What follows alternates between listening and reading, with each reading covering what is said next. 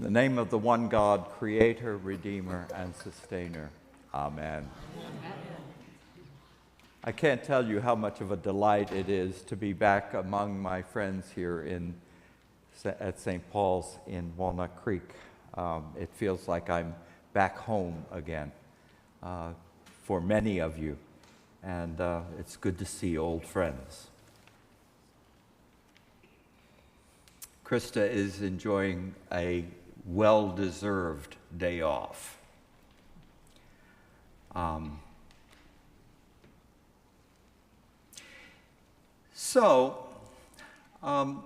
readings this week were so rich that I really had a hard time trying to figure out what I wanted to talk about this morning. The theme, of course, is wisdom. You heard the first lesson from Proverbs, and we also heard from the Epistle to James. But when I started reading from the Epistle to James that we read this morning, I immediately my thoughts began to race about all of the many times I've been on the receiving end of verbal behavior that humiliated me or subjected me to all kinds of inflicting damage on me.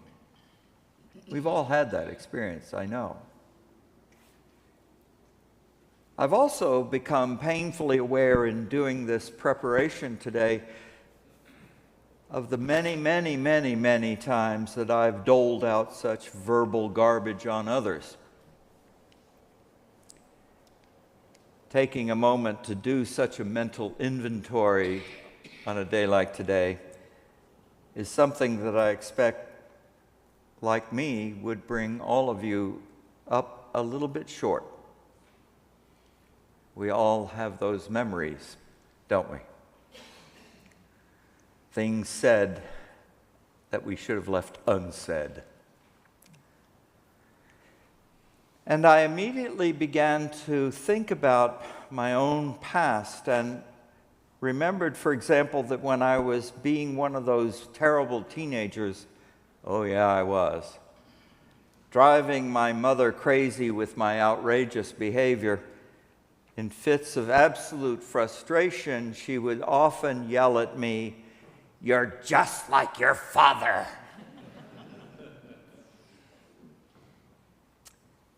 Now, there's here more than you probably want to know about my dad, but he was a very violent, abusive, and by all accounts, pretty despicable person. He abused my mom and me and my sisters at regular times in drunken states of fury. But now back to my mom and me. As you might well imagine, when my mom would say that I was just like my father, she didn't have to use any cutting utensils to succeed in completely eviscerating me.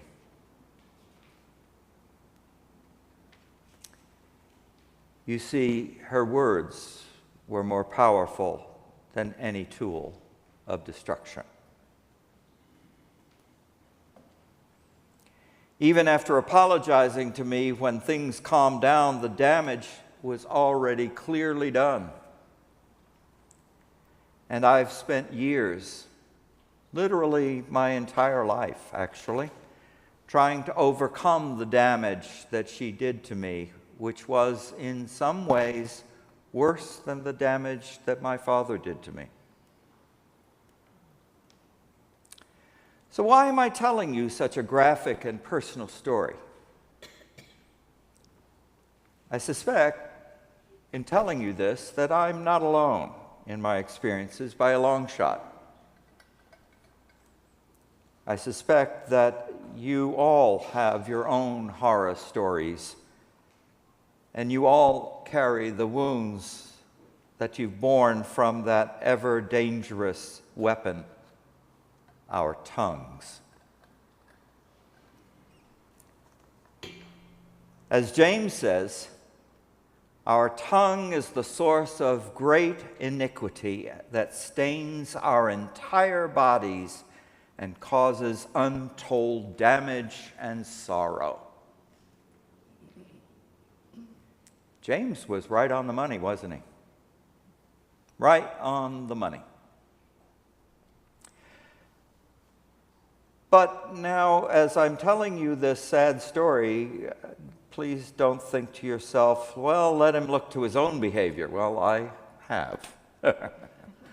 Over and over again. Indeed, I've spent over 50 years as a pastor and a teacher, roles that have characterized my entire adult life.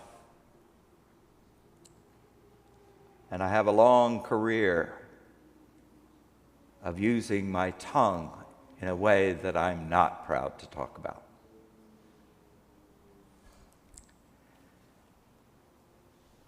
I'm very conscious of what James says at the very beginning of our passage today. He says, "Not many of you should be teachers, for we who teach will be judged with greater strictness." Uh-oh. Guilty as charged. Yep, I am. I've done more than my share of evil with the trash that I've allowed to spew from my mouth. You know, the epistle to James offers the longest meditation in the entire Bible on the role of speech in our lives. More specifically, James offers us a very powerful set of images of what one of our smallest organs or members, our tongues, are capable of.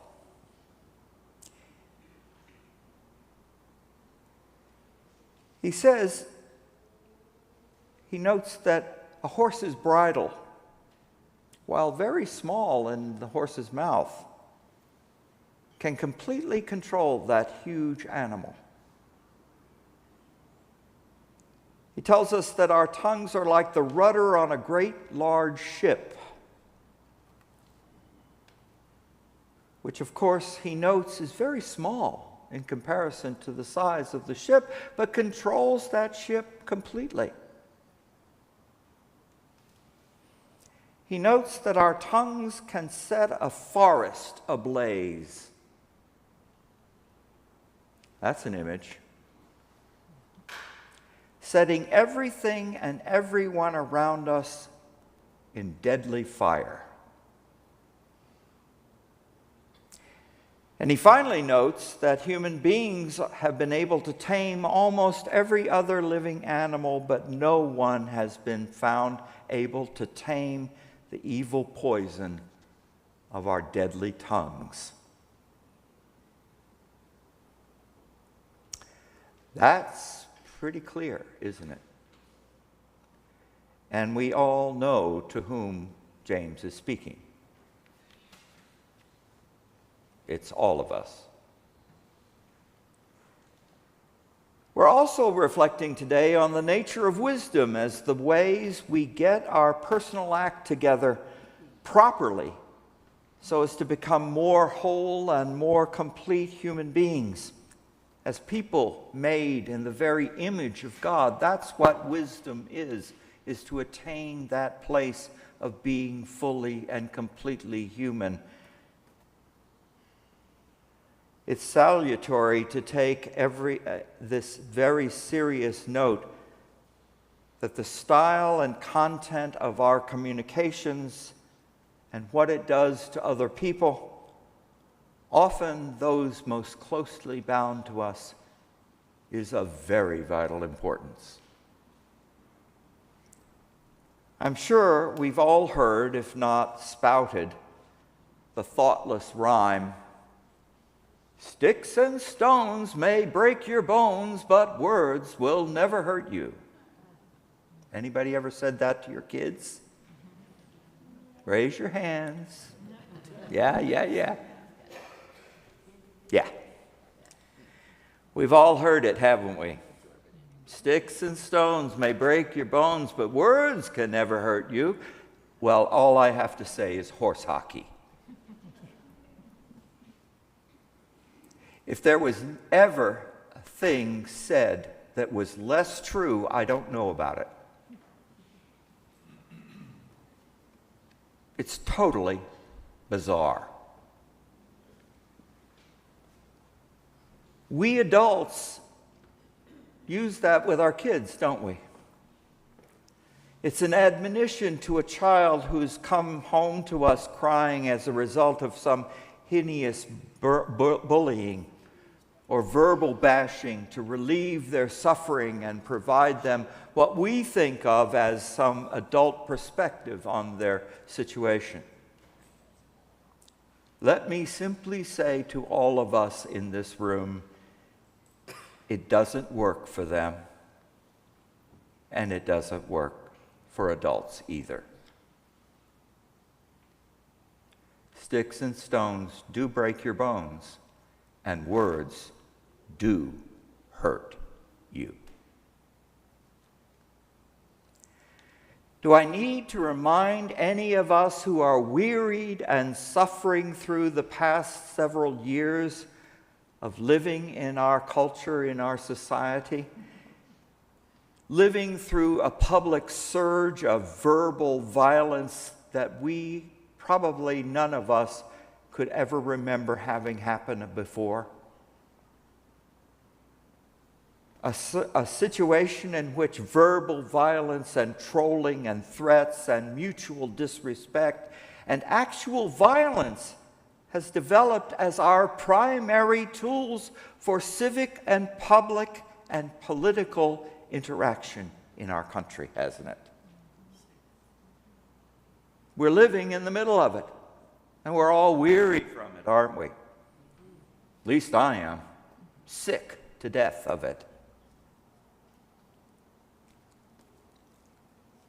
Just last week, I was watching, as I was preparing this sermon, watching a television program, a news program, in which the news turned toward a situation in which a disconsolate couple were standing in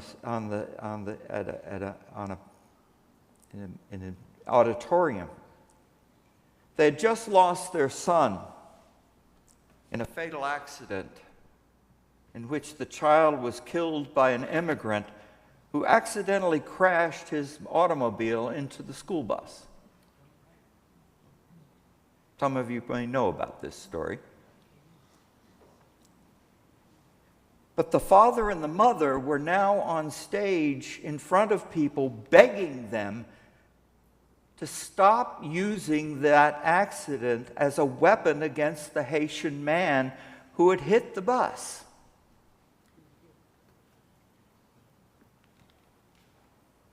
Begging them, begging people. He shared with the people that were listening to him that such nonsense was incredibly disrespectful of his son's memory. The man had an accident for which he paid. But what happened was the people were destroying this child's memory in their hatefulness. And as some of you know, two of our candidates for president and vice president this past couple of weeks have been spreading rumors all over the United States that bled into the presidential debate itself, that those same Haitian immigrants in that same city were stealing, killing, and eating people's pets.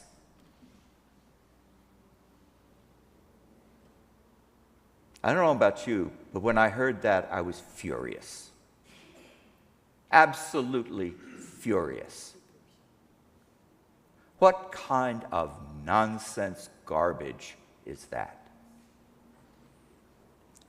Those clearly ridiculous charges have now begun to result in bomb threats, in the closing of city office buildings because of those bomb threats, in the closing of schools for whole weeks. Not to mention the thousands of personal threats to individual Haitians and heightened sensitivities and tensions in that poor city of Springfield, Ohio. Why? Because of nonsense, garbage. So what's the bottom line to this dour meditation? As I was preparing this, one commentator I was reading quipped that any preacher preaching on this week might want to forego saying anything and simply commit the sermon time to a period of thoughtful silence. I considered that, but I decided that you'd probably accuse me of not earning my honorarium. So let's look at what James has to say. James says, "Who is wise and understanding among you? Show by your good life that your works are done with gentleness, born of wisdom." Elsewhere he says that we must learn first to listen, to really hear the depths of what someone is saying to us before we open our mouths and respond. That's just simple wise, isn't it? That's smart. In short, as a children's program on television says to the very young children before they respond in haste or in anger or in agitation or attack their fellow children, they must first stop and count to 5. And remind themselves before they speak that the person before them is a human being made in God's own image, just like us. That person who might be aggravating the devil out of us, pun intended, is just as precious as we are. That person in front of us deserves every ounce of our compassion and our restraint.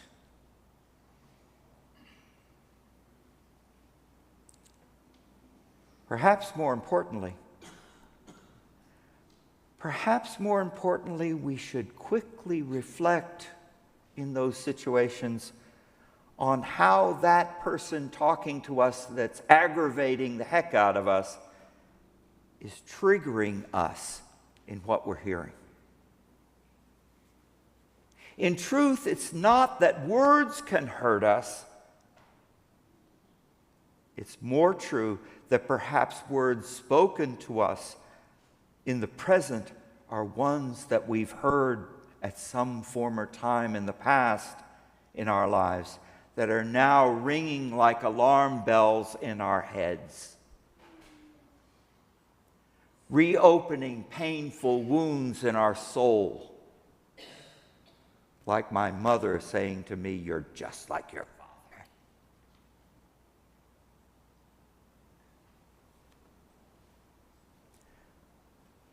Perhaps that person's words have brought up past terrible experiences or tortured self-perceptions that come from maybe your childhood, for goodness sake, that we've often thought we could bury in the grave of the past and mistakenly believed that they were going to stay in that grave, only come back at us like ghosts, haunting us. Well, these, my brothers and sisters, are just a few important tools that are the beginnings of wisdom from our brother James in the text. They're just a few of the many practices that we must engage in over and over and over again throughout our lives, slowly but surely, to tame our wild and nasty tongues with the wisdom of gentleness and compassion. In sum, listen again to James. But the wisdom from above, he says, is first pure, then peaceable, gentle, willing to yield, full of mercy and the good fruits, without a trace of partiality or hypocrisy. The harvest of righteousness is sown in peace by those who make peace.